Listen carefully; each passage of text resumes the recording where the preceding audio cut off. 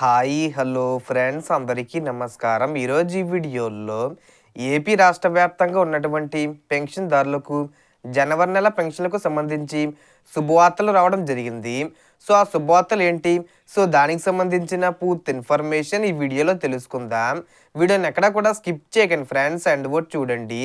Video start చేసే ముందు మీకు ఒక small request friends, AP government నుంచి పెన్షన్దారులకు సంబంధించి మరియు ఇతర పథకాలకు సంబంధించి ఏ చిన్న అప్డేట్ వచ్చినా మీరు మిస్ కాకుండా ఉండాలంటే వెంటనే మన ఛానల్ని సబ్స్క్రైబ్ చేసుకోండి.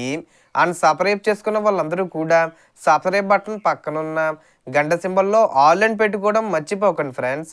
ఇలా పెట్టుకోవడం వల్ల నేను పెట్టే ప్రతి ఒక్క వీడియో మీరు నోటిఫికేషన్ రూపంలో పొందగలరు. అండ్ వీడియో మీ నచ్చితే లైక్ చేయండి ఫ్రెండ్స్. సో ఏమాత్రం లేట్ చేయకుండా వీడియోలోకి వెళ్ళిపోద్దాం. సో మనకు ఆంధ్రప్రదేశ్ రాష్ట్ర వ్యాప్తంగా జనవరి నెల పెన్షన్ కోసం ఎదురు చూస్తున్న ప్రతి ఒక్కరికి ఏపీ ప్రభుత్వం రెండు కీలకమైన శుభవార్తలను తీసుకొచ్చింది.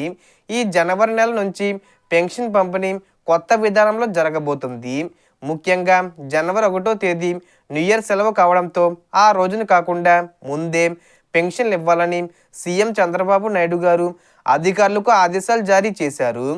అందులో భాగంగానే జనవరి నెల పెన్షన్ను ఈ డిసెంబర్ 31వ తేదీన పంపిణీ చేయడానికి ప్రభుత్వం ఏర్పాట్లు చేసింది. అంటే జనవరి నెల పెన్షన్ల కోసం ఎదురు చూస్తున్న వారు తప్పకుండా ఈ డిసెంబర్ 31న తమ పెన్షన్ తీసుకోవాలి. ఆ రోజు మీ ఇంటి వద్ద అందుబాటులో ఉంటే గతంలో లాగే సచివాలయ సిబ్బంది మీ ఇంటికి వచ్చి పెన్షన్ అందజేస్తారు. ఒకవేళ డిసెంబర్ 31వ తేదీన పెన్షన్ తీసుకోకపోతే జనవరి 1న సెలవు ఉండడం వల్ల పంపిణీ జరగదు. తిరిగి జనవరి 2న మీరు స్వయంగా సచివాలయంకు వెళ్ళి పెన్షన్ తీసుకోవాల్సి ఉంటుంది. ఇదే మొదటి శుభవార్త. ఇక రెండో ముఖ్యమైన అప్డేట్ ఏంటంటే ఎవరికి పెన్షన్ వస్తుంది ఎవరికి రాదు అనే విషయంపై స్పష్టత.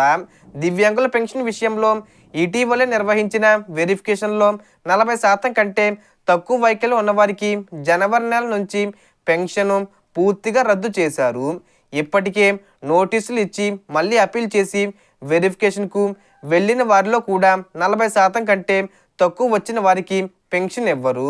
అయితే 40% లేదా అంతకంటే ఎక్కువ వైకల్యం ఉన్నవారికి పెన్షన్ కొనసాగుతుంది.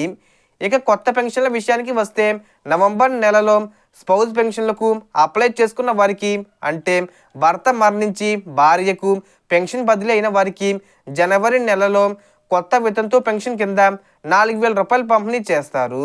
అలాగే నవంబర్ డిసెంబర్ నెలల్లో పెన్షన్ తీసుకుని వారికి ఈసారి ఒకేసారి 3 నెలల పెన్షన్ వస్తుంది.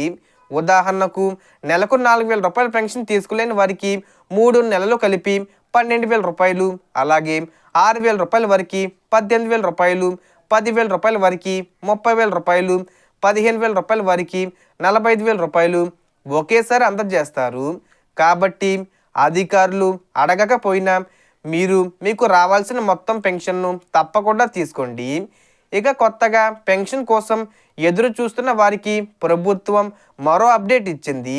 50 ఏళ్ళు వయసు పెన్షను, వృద్ధాప్య పెన్షను, వితంతు పెన్షను, ఒంటరి మహిళ పెన్షన్లకు జనవరి నెలలో అప్లై చేసుకునే అవకాశం కల్పించనున్నట్లు ప్రభుత్వం ప్రకటించింది. దివ్యాంగుల పెన్షన్ వెరిఫికేషను ఇంకా కొనసాగుతున్నందున కొత్త దివ్యాంగ పెన్షన్లకు తాత్కాలిక అవకాశం ఇవ్వలేదు. ప్రస్తుతం దాదాపు 5.5 లక్షల మందికి వెరిఫికేషన్ పూర్తవగా ఇంకా 2 లక్షల మందికి పైగా వెరిఫికేషన్ చేయాల్సి ఉంది.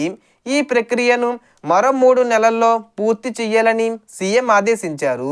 అలాగే సదరం క్యాంపుకు వెళ్ళి ఇప్పటి వరకు సర్టిఫికెట్ రాని వారికి కూడా త్వరలోనే సదరం సర్టిఫికెట్లు అందించి దాని ఆధారంగా పెన్షన్కు అప్లై చేసుకునే అవకాశం ఇస్తారు.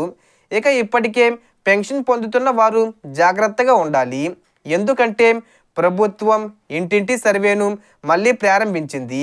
ఈ సర్వేలో అనర్హత బయటపడితే పెన్షన్తో పాటు ఇతర ప్రభుత్వ పథకాలపై కూడా ప్రభావం పడే అవకాశం ఉంది.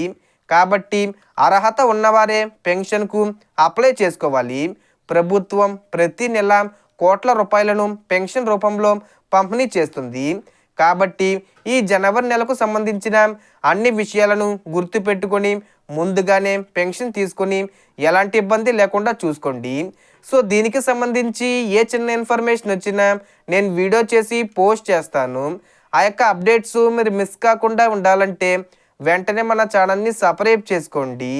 సో టోటల్ ఇన్ఫర్మేషన్ ఇది ఫ్రెండ్స్. మీకు ఈ వీడియో నచ్చితే లైక్ చేయండి, షేర్ చేయండి అండ్ సబ్స్క్రైబ్ చేసుకోండి. Thanks for watching.